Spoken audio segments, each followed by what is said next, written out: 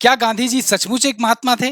Doctor Ambedkar ji का कहना यह है कि जब भी वो महात्मा गांधी से मिले तब एक विरोधी की तरह मिले। इस वजह से वो सबसे बेहतर तरीके से उन्हें जान पाए। आज की इस वीडियो में हम लोग ना सिर्फ गांधी युग के बारे में जानेंगे, बल्कि उस दौरान क्या सिचुएशन रही थी इंडिया की, इंडिया किस प्रकार से आगे बढ़ रहा था और क्या क्या प्रॉब्लम्स चल रही थी, इन सबको जानेंगे। साथ ही साथ महात्मा गांधी का क्या कंट्रीब्यूशन रहा, उसको भी हम लोग जानते चलेंगे। क्या कंट्रोवर्सीज हुई, क्या कुछ हुआ इनके जीवन में, ये सब हम लोग जानेंगे। तो शुरुआत करते हैं वीडियो की। सबसे पहले इनके बारे में बेसिक जानकारी, जैसे इनका जन्म 2 अक्टूबर 1869 को हुआ था। आज का जो गुजरात राज्य है तब गुजरात प्रांत के नाम से जाना जाता था, तब महाराष्ट्र भी उसी में हुआ करता था और गुजरात प्रांत के पोरबंदर में इनका जन्म हुआ था। इनके पिता का नाम था करमचंद और इनकी माता का नाम था पुतलीबाई। इनका विवाह दोस्तों मात्र 13 वर्ष की उम्र में कस्तूरबा गांधी से हो जाता है, कस्तूरबा बेन से हो जाता है और इनसे 4 पुत्र इनके होते हैं। एक रामदास, दूसरे देवदास, फिर मनीलाल और हरीलाल। दोस्तों ये बचपन से ही फाइनेंशियली मजबूत थे, काफी अच्छी स्थिति में थे। ये पढ़ने के लिए लंदन भी गए थे। इंग्लैंड जाकर के इन्होंने वकालत पढ़ने की सोची और वहां से ये बैरिस्टर बनकर 1891 में भारत लौटे। भारत लौटने के बाद ये राजकोट गए और राजकोट गुजरात में ये अपना प्रैक्टिस करने लगे वकालत का। यहीं से वकालत करना ये शुरू कर दिए। धीरे धीरे इनका नाम बनने लगा बैरिस्टर के रूप में। वकालत की डिग्री तो था ही, साथ ही साथ ये अमीर घराने से भी थे, तो उस टाइम पर जो धनी होते थे वो काफी ज्यादा प्रचलित भी हुआ करते थे लोगों में। तो एक व्यापारी ने 2 साल के बाद, दादा अब्दुल्ला नाम के एक व्यापारी थे, गुजराती व्यापारी थे, इन्होंने अपने एक केस को लड़ने के लिए, सॉल्व करने के लिए इनको दक्षिण अफ्रीका भेजा। तो ये दक्षिण अफ्रीका गए। दक्षिण अफ्रीका में ही इनके साथ एक इंसिडेंट हुआ, ट्रेन इंसिडेंट, जो कि पूरी दुनिया को पता है। एक्चुअली में डरबन से प्रिटोरिया नाम की एक ट्रेन जाने वाली थी और उस ट्रेन में एक स्टेशन पड़ता है पीटर मैट्सबर्ग। यहां पर इनको सामान सहित फेंक दिया गया क्योंकि ये फर्स्ट क्लास में यात्रा कर रहे थे और उस टाइम पर कोई अलाउ नहीं था कि कोई इंडियन या कोई ब्लैक पर्सन जो है वो फर्स्ट क्लास की बोगी में यात्रा कर सके। इसी वजह से, जबकि इनके पास फर्स्ट क्लास का टिकट था, फाइनेंशियली मजबूत थे ये, लेकिन उसके बाद भी इनको फेंक दिया गया।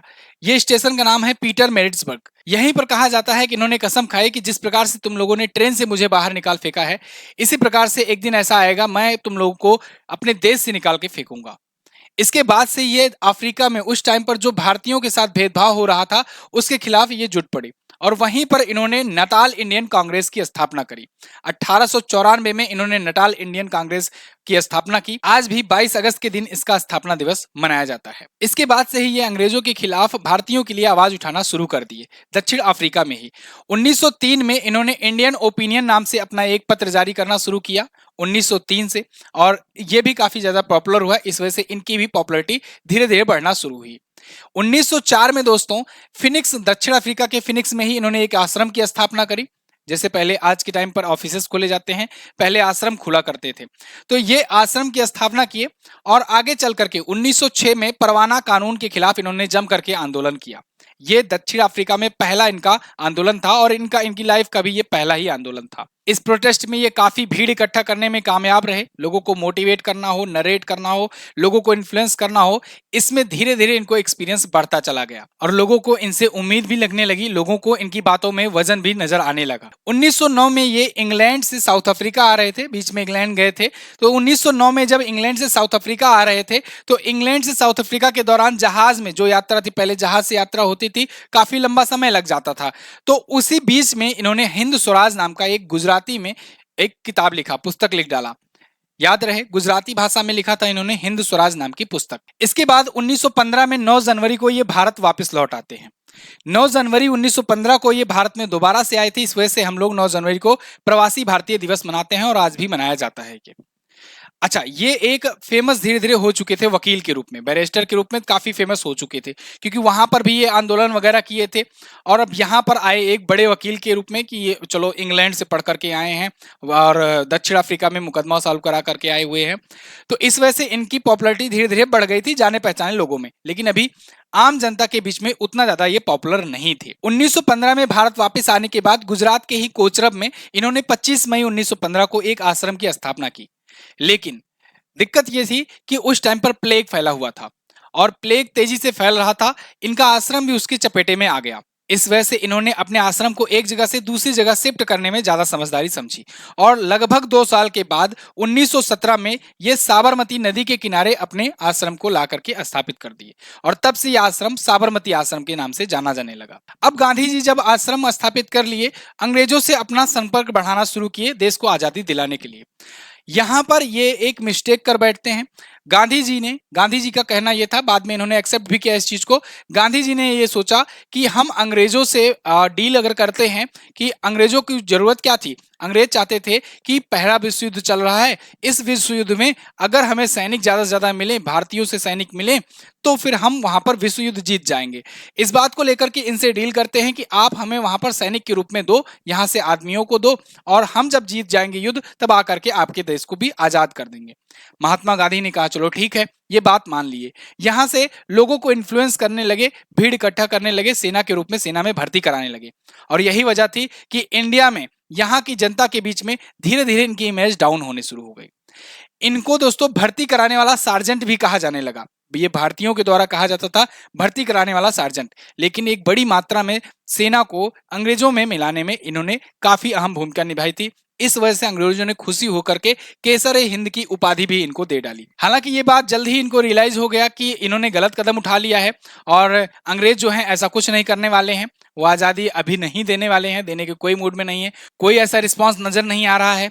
अच्छा, 1917 आता है। 1917 में ही दोस्तों चंपारण बिहार का एक जिला है, वहां से एक व्यक्ति आते हैं राजकुमार शुक्ल नाम से। वो गांधी जी का काफी नाम सुने थे और देख रहे थे, क्योंकि गांधी जी का संपर्क भी अंग्रेजों से अच्छा खासा था। तो ये आते हैं इनसे रिक्वेस्ट डालने कि आप चलो, आपने अफ्रीका में भी आंदोलन कराए हुए थे, आप चलो हमारे बिहार में, वहां पर चल करके देखो कि आज के समय में किसानों की स्थिति बहुत गड़बड़ चल रही है।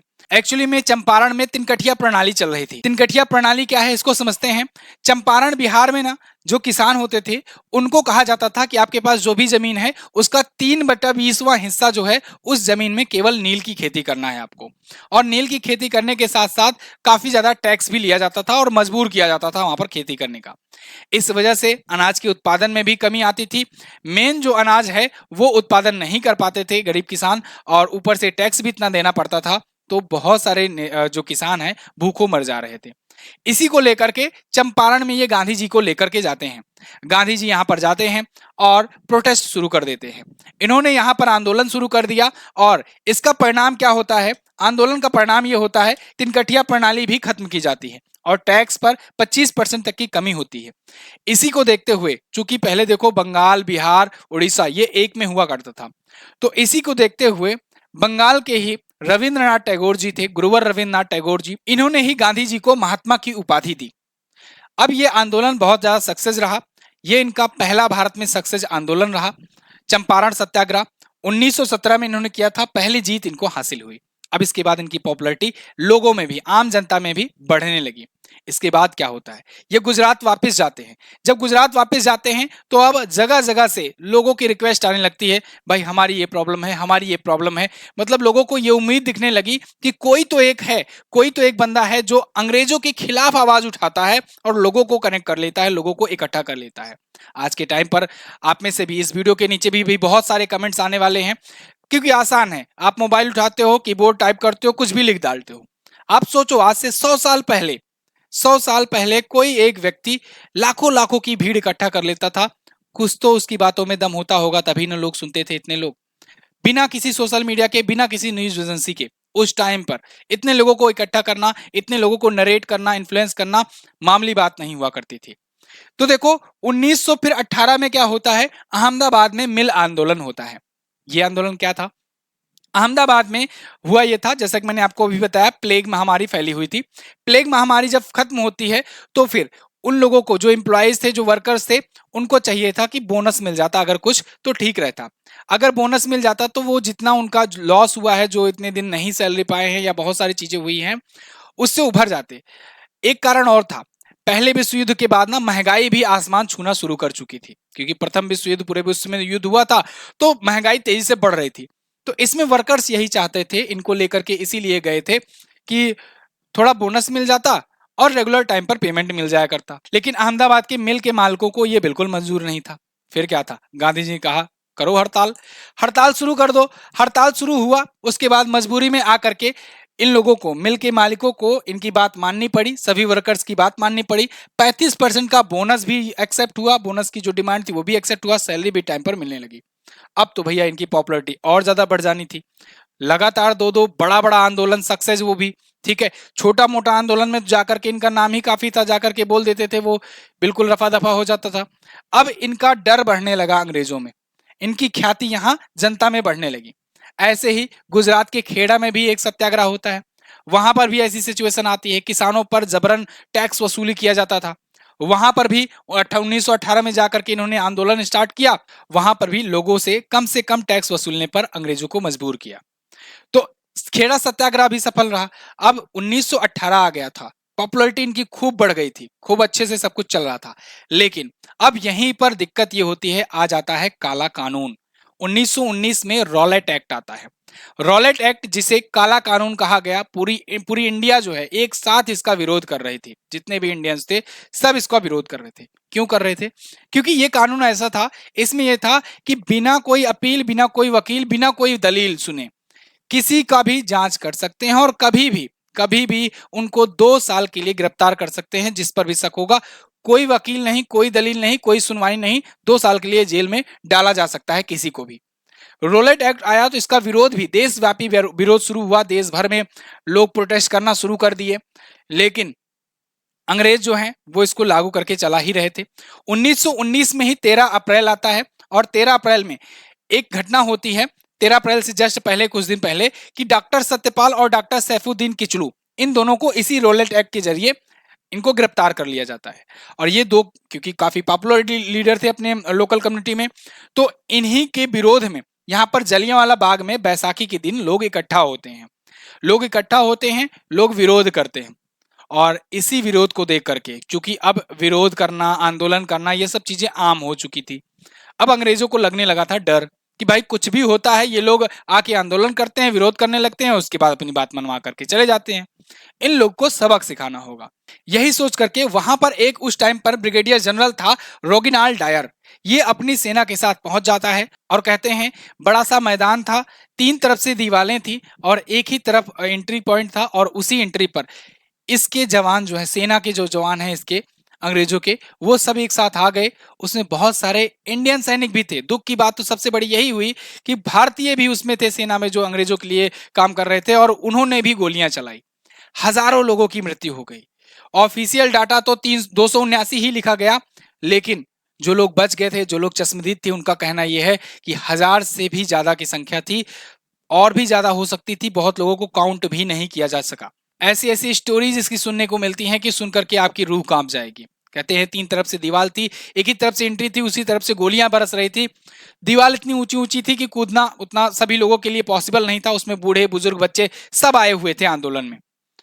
एक कुआं वहां पर दिखा, उसी कुएं में लोग कूदना शुरू कर दिए अपनी जान बचाने के लिए। 2 कूदे, 4 कूदे, 5 कूदे, 10 कूदे, उसके ऊपर 20, 25, 50 कूदते कूदते पूरा कुआं पट गया, और नीचे जो थे बेचारे दबकर सांस फूल करके उनकी मृत्यु हो गई। आज भी कहा जाता है कि उस कुएं में पानी जो है वो रेड कलर का है। और तो और ये जो दुर्घटना है, ये जो हत्याकांड है, ये हुई थी वैसाखी के दिन। वैसाखी दोस्तों पंजाब में एक बहुत धूमधाम से मनाया जाने वाला पर्व होता है। ना जाने कितने परिवारों का, समझ लीजिए, ये एक दुखदाई दिन यादगार के रूप में भी करा दिया गया। अंग्रेजों से बदला लेने के लिए दोस्तों, क्योंकि उस टाइम पर अगर बात करें भारत के वायसराय की, तो लॉर्ड चेम्सफोर्ड थी। 1916 से 1921 तक लॉर्ड चेम्सफोर्ड उस टाइम पर भारत के वायसराय थे, और पंजाब प्रांत का लेफ्टिनेंट गवर्नर था Michael O'Dwyer. Michael O'Dwyer की हत्या सरदार उधम ने की। सरदार उधम आप मूवी भी देखे होंगे। सरदार उधम में जैसा कि मूवी में दिखाया गया है कि वो उस दिन वहां पर अवेलेबल नहीं थे, लेकिन बाद में जाकर 1940 में जाकर के सरदार उधम सिंह ने इसकी हत्या की, जो पंजाब का जो लेफ्टिनेंट गवर्नर था उसका। ध्यान रहे, lieutenant governor Michael O'Dwyer था, और यहां पर जो गोली चलवाया था ये ब्रिगेडियर जनरल रोगिनाल्ड डायर था। अब ये हत्याकांड होता है, ये हत्याकांड इतना बड़ा रहा कि ना सिर्फ इंडिया में बल्कि पूरी दुनिया में इसका तहलका मचना शुरू हो जाता है, पूरी दुनिया में इसकी बातें चलने लगती है। अंग्रेज भी थोड़ा सा दबाव में आ गए। इतना ज्यादा विरोध देख करके। तो एक मतलब भरोसा दिलाने के लिए, जैसे कहते नहीं है कि आश्वासन दिलाने के लिए, इन्होंने हंटर कमेटी बैठाई इसकी जांच के लिए कि जलियांवाला बाग हत्याकांड की जांच करवाएंगे कि क्यों गोली चलवाई गई, क्या सिचुएशन रही थी, क्या भीड़ अग्रेसिव हो रही थी या क्या कारण था, क्यों गोलियां चलवाई गई भीड़ पर। जबकि कहा जाता है कि निहत्थी भीड़ थी, भीड़ के पास कोई ऐसा वेपन, कोई ऐसे हथियार, लाठी डंडे कुछ भी नहीं थे, उसके ऊपर गोलियां चलवाई गई। तो हंटर कमेटी 1919 में गठन किया गया, हालांकि इसका कुछ निष्कर्ष नहीं आया, फालतू का ये गठन किया गया था बस ढांढस बढ़ाने के लिए। इसके अध्यक्ष थे जीसी हंटर, जो अध्यक्ष होता है उन्हीं के नाम पर कमेटी को बुलाया जाता है। लेकिन इसके बाद इंडियंस जो है वो चुप नहीं बैठने वाले थे। इसके बाद महात्मा गांधी जी ने रॉलेट एक्ट और इस जलियांवाला बाग हत्याकांड के विरोध में असहयोग आंदोलन शुरू कर दिया, नॉन कॉपरेशन मूवमेंट। असहयोग आंदोलन इन्होंने शुरू किया था 1 अगस्त 1920 को, अपनी तरफ से अनाउंसमेंट 1 अगस्त 1920 को किए। लेकिन इसके लिए कांग्रेस का विशेष अधिवेशन बुलाया गया कोलकाता में, और 4 सितंबर 1920 को दोस्तों पूरा अच्छे तरीके से कांग्रेस की तरफ से भी पास हो गया कि चलो अब असहयोग आंदोलन करना है। यह असहयोग आंदोलन क्या था, इसमें कैसे आंदोलन करना था? तो असहयोग आंदोलन में ना पूरी तरीके से अहिंसक रहना था। सबसे पहली कंडीशन ये थी कि पूरी तरीके से अहिंसक रहना है। ये पहली कंडीशन याद रखना, यही आगे महत्वपूर्ण भूमिका निभाएगा। दूसरी कंडीशन ये थी कि खिताबों का और उपाधियों का त्याग करना है। जितने भी लीडर्स हैं उनको जो जो भी खिताब मिले हैं या जो जो भी उपाधियां मिली हैं उनको त्याग कर दो, उनका बहिष्कार करो। जैसे केसर हिंद की उपाधि खुद महात्मा गांधी को मिली थी, इन्होंने इसका त्याग कर दिया। नाइटहुड की उपाधि मिली थी दोस्तों रविन्द्रनाथ टैगोर जी को, इन्होंने इसका भी त्याग कर दिया। इसके बाद सरकारी शिक्षण संस्थान यानी गवर्नमेंट जो स्कूल है उसका, जो भी सरकारी सेवाएं हैं, जो भी विदेशी सामान है, विदेशी कपड़े हैं, विदेशी वस्तुएं हैं, उनका, इन सब का बहिष्कार करना सभी इंडियंस शुरू कर दो, जिससे अंग्रेज जो है वो कमजोर होना शुरू कर दे। आपका जो मूवमेंट है, आपका जो आंदोलन है वो अंग्रेजों के कानों तक पहुंचे अच्छे तरीके से। असहयोग मतलब कि हम सहयोग नहीं करेंगे, यानी अंग्रेज क्या करते थे, आते थे यहाँ पर राज भी करते थे और यहीं के वर्कर से अपनी ही इंडस्ट्री, अपनी ही फैक्ट्री, अपने ही स्कूल कॉलेज चलवाते थे, अपनी ही सेना में भर्ती करवाते थे और अपने ही यहाँ पर भारतीय ही लोगों पर अत्याचार करवाते थे। इसीलिए ये असहयोग आंदोलन चलाया गया कि यहाँ पर जो इंडियंस है वो आपका सहयोग नहीं करेंगे, क्योंकि आपका हम सहयोग करते हो और आप हमसे हमारे ही लोगों को मरवाते हो। इसीलिए असहयोग आंदोलन शुरू किया गया। इसके अलावा टैक्स भी पे करने से इनकार कर दिया गया। जितने भी बड़े बड़े उद्योगपति हैं, जो भी हैं, उनसे कहा गया कि भैया टैक्स भी नहीं पे करना है। असहयोग आंदोलन खूब पॉपुलर हुआ, खूब अच्छे से चला। महात्मा गांधी जी और ज्यादा पॉपुलर हुए, पूरी देश, पूरी जनता इकट्ठा हो गई। ये अब तक का सबसे बड़ा आंदोलन था। 2 साल तक खूब अच्छे से चला। लेकिन 5 फरवरी को 1922 में एक घटना हो जाती है। घटना क्या होती है? एक्चुअली में भीड़ जो है, किसानों की भीड़ थी एक, और वो एक आंदोलन कर रहे थे, जुलूस टाइप का निकाले हुए थे गोरखपुर में। गोरखपुर में एक जगह है चौरी चौरा, वहां पर ये लोग जुलूस निकाले हुए थे। पुलिस हमेशा से, जैसा कि आप जानते हो कि कभी भी प्रोटेस्ट होता है तो पुलिस को लगाया जाता है कि चलो सौहार्द ना बिगड़ने पाए। यहां पर भी पुलिस लगी थी। पुलिस ने गलती ये की कि पुलिस ने गोलियां चला दी। अब गोलियां चला दी तो वहां पर कुछ किसानों को भी लग गई, और किसान बड़ी संख्या में थे, पुलिस कम संख्या में थे। किसानों ने फिर रपटा लिया भाई, रपटा लिया पूरी भीड़ ने, और ये पुलिसकर्मी जो थे ये भागना शुरू किए। 30-40 के ही संख्या में थे ये लोग, भागना शुरू किए, सब इधर उधर भागना शुरू किए। कुछ जो हैं 20-22 की संख्या में जो हैं वो रेल की पटरी के इस पार आ गए। बीच में रेल की पटरी थी, वो रेल की पटरी के इस पार आ गए थाने की तरफ, जहां पर पुलिस स्टेशन था, और ये भीड़ भी उधर कूद पड़ी। अब पुलिस स्टेशन, पुलिस इधर रेलवे पटरी, इधर पुलिस स्टेशन, चारों तरफ से इधर भीड़ आ गई। तो पुलिसकर्मियों को और कोई जगह दिखी नहीं, तो वो घुस पड़े पुलिस स्टेशन में। अब 22 पुलिसकर्मी पुलिस स्टेशन में कैद, चारों तरफ से भीड़। भीड़ ने फिर क्या किया? भीड़ ने पूरे पुलिस स्टेशन को आग लगा दिया। पूरे पुलिस स्टेशन को आग लगा दिया, जिसमें 22 पुलिसकर्मियों की मौत हो गई। और इसके बाद से, चूंकि अब तो ये हिंसात्मक हो गया, ये जो जुलूस निकला था ये तो हिंसात्मक हो गया। महात्मा गांधी जी का क्या वो था? महात्मा गांधी जी का ये कहना था कि हम हिंसा नहीं होने देंगे किसी भी प्रकार से, हमारा जो आंदोलन होगा वो अहिंसक होगा, इसमें किसी भी प्रकार का कोई हिंसा नहीं होगा। इसी से रुष्ट होकर के महात्मा गांधी जी ने असहयोग आंदोलन वापस लेने की घोषणा कर दी। बहुत सारे लोगों ने विरोध किया, कई सारे लोगों ने, कांग्रेस के भी लोगों ने, बड़े बड़े लीडर्स ने विरोध किया। सुभाष चंद्र बोस जी ने बहुत कुछ बोल दिया इनको, गांधी जी को, कि ये बहुत बड़ा गहरा संकट है देश के प्रति, देश इतना तेजी से सब कुछ कनेक्ट हुए हैं, सब लोग एक साथ खड़े हुए हैं, अंग्रेजों को कमजोर कर रहे हैं, तो इस टाइम पर आप मूवमेंट ही वापस ले रहे हो। लेकिन महात्मा गांधी जी ने किसी की एक ना सुनी। उन्होंने कहा कि मेरा जो रास्ता है वो है अहिंसा का, और हम अहिंसा का संदेश लेकर चल रहे थे। ऐसे ही बीच में अगर हिंसा हो जाएगा तो फिर क्या होगा। अब यहां पर कहा जाता है कि दो सिचुएशन थी, दो टाइप था। एक तो गांधी जी थोड़ा अड़ियल थे, इस वजह से वो कहे कि नहीं, हमें जो करना है वही करेंगे, अपना ही रास्ता अपनाएंगे। दूसरा ये थ्योरी माना जाता है कि महात्मा गांधी जी को थोड़ा सा इस बात के लिए भी डर था कि जैसे जलियांवाला बाग हत्याकांड हुआ था, कहीं वैसा फिर से ना हो जाए। इस वजह से भी इन्होंने कहा कि अगर हम लोग हिंसा अपनाएंगे, इसी के विरोध में इन लोग को मौका मिल जाएगा, अंग्रेजों को, कि देखो ये यहां पर किए थे तुम लोग, और इसी के विरोध में हम लोग जाकर के इन पर एक्शन लिए हैं, और फिर से अगर गोलियां चली, फिर से हजारों लोगों की मृत्यु होगी, तो कौन जिम्मेदार होगा। जिम्मेदार तो वही होगा ना जो आंदोलन शुरू किया है, जो लीडर है आंदोलन का। तो इतने लोगों की मौत का जिम्मेदारी वो नहीं ले सकते। तो फिलहाल अलग अलग मत हैं। अब यहां तक तो आप देख रहे थे कि गांधी जी का ग्लोरियस टाइम चल रहा है। गांधी जी बिल्कुल ऊंचाइयों पर चढ़ रहे हैं, पॉपुलैरिटी के मामले में भी, हर चीज के मामले में। लेकिन अब यहीं से इनका डार्क फेस भी साथ साथ शुरू होता है। अब यहीं पर विरोध भी इनका शुरू होता है। विरोध कैसा? गांधी जी का विरोध गांधी जी के ही टीम मेंबर्स में लोग करना शुरू कर देते हैं, और भी जो जगह जगह के जो बड़े बड़े नेता थे वो भी अपने अपने स्तर पर गांधी जी का विरोध करना शुरू कर देते हैं। अब जो देश के लीडर्स थे वो कई टुकड़ों में, कई भागों में बंटना शुरू हो जाते हैं। चितरंजन दास और मोतीलाल नेहरू जी ने जाकर के स्वराज पार्टी की भी स्थापना कर दी 1923 में। ये गांधी जी से और कांग्रेस की विचारधारा से बिल्कुल अलग होकर के इन्होंने स्थापना कर दी वहां पर। गांधी जी का अब यहां से जो अगला फेस होगा वो होगा बहुत ज्यादा उतार चढ़ाव भरा।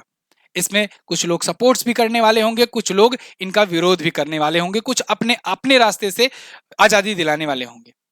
मैं आपको ये सारी चीजें अगले पार्ट में बताऊंगा, क्योंकि ये पार्ट बहुत ज्यादा लंबा खिंच जाएगा। अगला पार्ट जस्ट कुछ दिनों के बाद इसका आ जाएगा। अगर आप बाद में वीडियो देख रहे हैं तो निश्चित ही वो वीडियो आ गई होगी, और यहाँ पर कार्ड बनकर आएगा, आपको मिल जाएगा, या फिर डिस्क्रिप्शन में उसका लिंक मिल जाएगा। मैं जाते जाते आपको एक बात बताना चाहूंगा। गांधी जी का ये कहना था कि my life is my message, मेरा जीवन ही मेरा संदेश है। ये बहुत गहरी बात है। आज भी आज भी इनके कहे गए चीजें, इनकी जो थ्योरीज हैं, वो बड़े बड़े देश फॉलो करते हैं। नेल्सन मंडेला हो, दुनिया के कितने भी बड़े बड़े लीडर्स हों, सभी लोग जो हैं इनकी थ्योरी पर रिस्पेक्ट करते हैं। क्यों? क्योंकि अहिंसा ही जो है एकमात्र ऐसा वेपन है जिससे बड़ी से बड़ी चीजें हल की जा सकती हैं। कहते हैं ना कि अगर आपका कोई आंख फोड़े और आप दूसरे की आंख फोड़ दोगे, ऐसा ऐसे ही लोग करते रहे, तो पूरी दुनिया अंधी हो जाएगी। हिंसा का जवाब हिंसा से नहीं दिया जाता है। अहिंसा भी बहुत बड़ी विपन है, अहिंसा से भी बहुत बड़ी से बड़ी लड़ाइयां जीती जाती हैं। फिलहाल इस पर सबके अलग अलग अपने अपने मत हो सकते हैं। यहां तक कि इनकी जो लाइफ स्टोरी रही वो केवल ग्लोरियस रही, जैसा कि मैंने आपको बताया। इस पर आपकी क्या विचार है आप बताइएगा कमेंट करके। अगले पार्ट में हम लोग देखेंगे कि कैसे इनको विरोध का भी सामना करना पड़ा। बहुत सारे लीडर्स आए जो इनका विरोध भी करते थे, और उसके बाद भी इन्होंने कैसे आजादी तक का सफर तय किया, ये आपको अगले पार्ट में मैं बताऊंगा। कमेंट बॉक्स में अपनी राय जरूर दीजिएगा, और अगर पसंद आई है तो आज गांधी दिवस के दिन इस वीडियो को शेयर कीजिए अपने दोस्तों के पास। ना सिर्फ अपने दोस्तों के पास बल्कि अपने फैमिली मेंबर्स के पास भी इसको शेयर कीजिए। महात्मा गांधी जी के बारे में आपके छोटे भाई, छोटी बहन, पापा, मम्मी, दादा, दादी सबको जानना जरूरी है। फिलहाल जाते जाते अगर आप में से कोई एग्जाम की तैयारी कर रहा हो तो जीएस सफलता बैच आया है। अगर आप हमसे पढ़ना चाहते हैं history, geography, economics, polity, science, computer, current affair, static GK, तो पूरा कंप्लीट पैकेज आपको 18 महीने की वैलिडिटी के साथ मिल रहा है। जीएस सफलता बैच आपको एमजेटी एजुकेशन के ऐप पर मिल जाएगा। गूगल प्ले स्टोर पर जाना है, एमजेटी ऐप डाउनलोड करना है, यहीं से वीडियो कोर्स सेक्शन में जाकर के आपको इसे परचेज करना है। डिस्काउंट के लिए आपको कूपन कोड यूज करना है GS20, आपको 20% का डिस्काउंट मिलेगा। लेटेस्ट डिस्काउंट जानने के लिए आप इस व्हाट्सएप आइकन पर क्लिक करना, आपको लेटेस्ट जानकारी दी जाएगी कि क्या ऑफर कब चल रहा है। तो मिलेंगे हम लोग अगले पार्ट में, तब तक के लिए नमस्कार, जय हिंद, वंदे मातरम।